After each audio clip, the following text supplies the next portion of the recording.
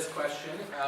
Ontario has a variety of social assistance programs, from Ontario Works to the Ontario Disability Support Program to the Ontario Child Benefit, and all of these are different amounts that are set in regulation, and eligibility is determined by officials working in each local community. So the question to the candidates is, are these rates at current levels enough? It's a multi-part question, and I apologize for that. Are the rates high enough today? If not, what should they be at? And what is your party's commitment to raising them to those levels? So Ms. McDonald, your response, please. Thank you. Well, the rate, I think it's something like $526 a month for a single individual on social assistance, and ODSP I think is something like double that, so it might be $1,020 or around there. But I don't think my party is looking at it as simply raising the social assistance rates so that people will have enough to live on. My party is looking at ways to get people prepared for the world of work and get them working so that they don't need social assistance. We have targeted policies that will increase the complement of jobs out there. For example, we have a job creator tax credit. This is unlike what the Conservatives and Liberals offer. They have a plan to lower corporate taxes, thinking that companies will use the money to invest in the workforce around them. You know, they'll expand and so on. And they haven't done it for 5 years since the great crash in 2008. They're not likely to now. So what we're going to do is we will actually reward people who create jobs and who hire people up to $5,000 an employee per year with a cap of $100,000 per company. And we think this is an incentive that will create the jobs. And we hope that the supports that people need on social assistance will ensure that the child care supports they need so that they can get out into the workforce, and that the help their children might need in school will be there in terms of more EAs hired. Like, for example, one of the other givens about poverty, the first one I told you was, if you're born poor, your chances are very good that you'll stay poor. One of the other givens about poverty is, if you're not doing well in school, the single common denominator in all the kids who don't do well in school is poverty. So what we hope to do is, by adding educational assistance to the system, we'll start raising the level of education in these kids, and they'll be better engaged in the society. So what we're trying to do is get people off social assistance and into the workforce. Now, ODSP I haven't talked about. What we did in our last platform, and we're firmly committed to it still, is allowing people on ODSP who can get a job to keep more of their earnings before it's clawed back. Like, there are some benefits beyond the $526 or the $1,000 that go with ODSP and social assistance. Like, for example, some prescription drug help and things like that. So what we intend to do is and 50% of everything they make has to, comes off the check that they're living on. So it's an awful way to live. You don't know what you're going to get at the end of the month. If your hours are cut, you're doomed. I'll pick this up later. Thank you. And just before Mr. Earl begins, my apologies to the candidates. This is a slightly modified version of question number 5. If that's what you came prepared for. So, Mr. Earl. Thanks very much. So the short answer is no, I don't think that it is enough. I mean, we've committed in this budget, in the 2013 budget, to introduce $400 million over a 3-year period. We're increasing OW and ODSP rates by another 1%. When I heard that, I was a bit shocked, to be honest. But we had a couple that came into the office last week and asked if it was being raised, and we said it was being raised by 1%. I've never seen 2 people more happier in my life. We started uploading the cost of Ontario Works financial and employment assistance that are paid by municipalities. This will save municipalities $425 million. We need to continue to do that by 2018. We've invested $550 million in new ongoing funding for developmental services. That's a 56% increase in the operating funding since 2003. I can tell you what we wouldn't do. We wouldn't merge OW and ODSP, which is what appears to be in the platform of the Conservatives. You know, again, I agree, we need to get people out there working, we need to get good paying jobs for people. We have raised the minimum wage to $11, that's just taken effect. I got, even before I was even nominated as a candidate, I got, in the race was on, I got hugged by a woman in Tim Hortons who was almost in tears because she was so excited about the raise she was getting come June 1st. So you know, I think it does have an impact. I don't agree with Mr. McDonnell that the minimum wage doesn't apply to people. It does. There are real people out there working hard and making minimum wage, and they've been doing it for a long time. They need just as much support as everybody else in our province. So, I hope that answers the question. Thank you.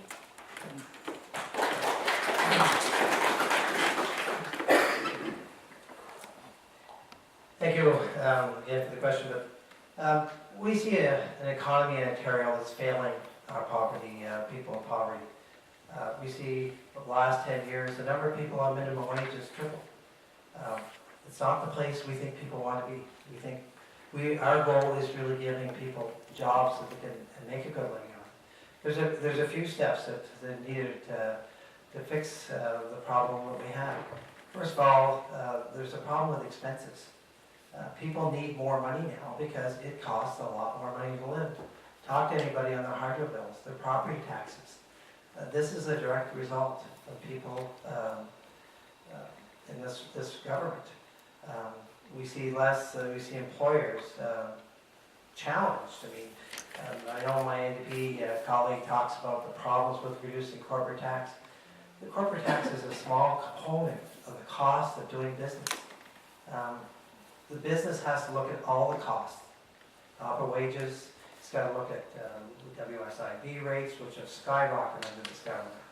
We're looking at property taxes. You know, businesses are seen as a candy jar. You know, go after them for more. They're leaving, so they should be. We're going to have to.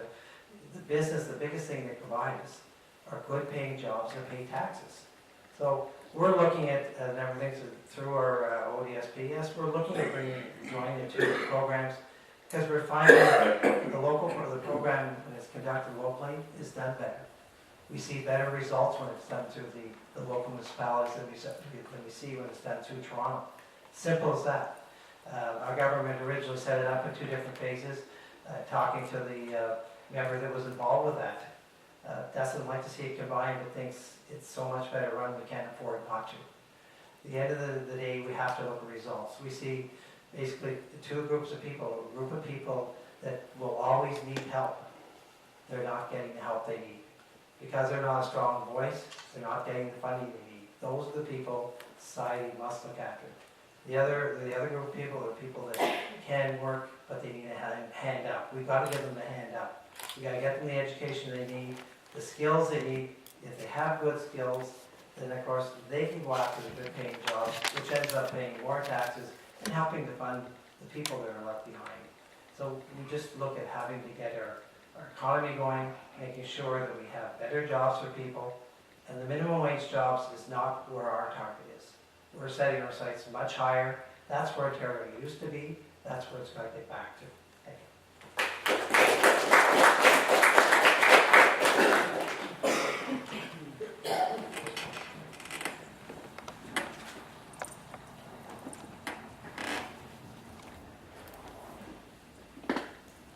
Been some things said that I picked up on.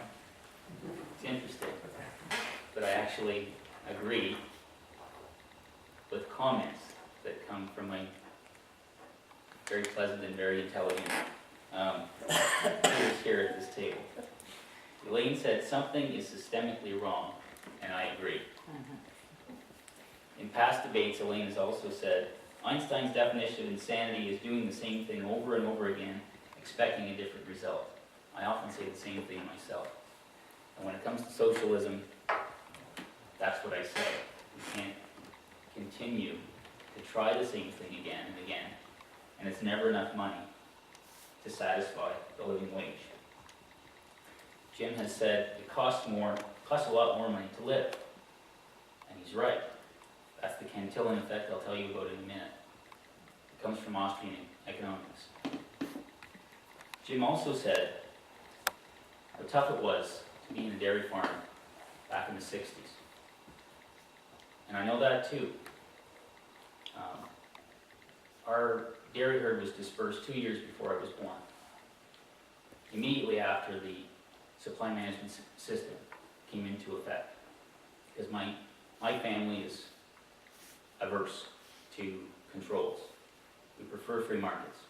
And so my grandfather's prize-winning herd that he had won awards for as a master breeder was sold because he wouldn't operate in that kind of system.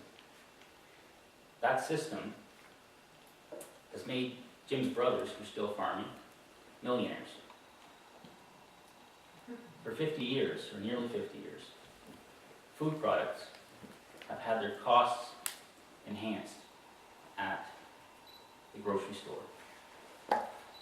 Staples like milk, cheese, eggs, yogurt, stuff you really want to feed your kids to build a healthy body and a healthy mind.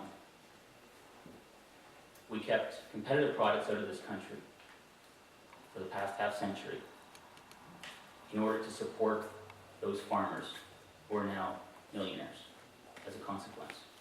We did that off the backs of the poor and moms and dads with young kids like mine.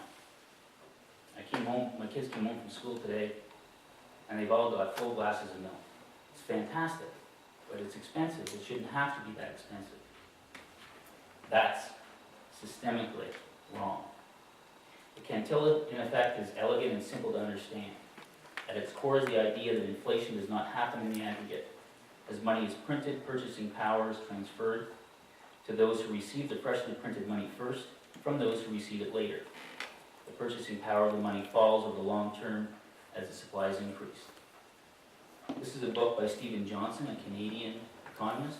It's on my website at bookandtrade.ca, and you can read it. You can learn about how our central banking system, our fractional reserve banking system, is destroying the purchasing power of our currency, and it affects the poor most.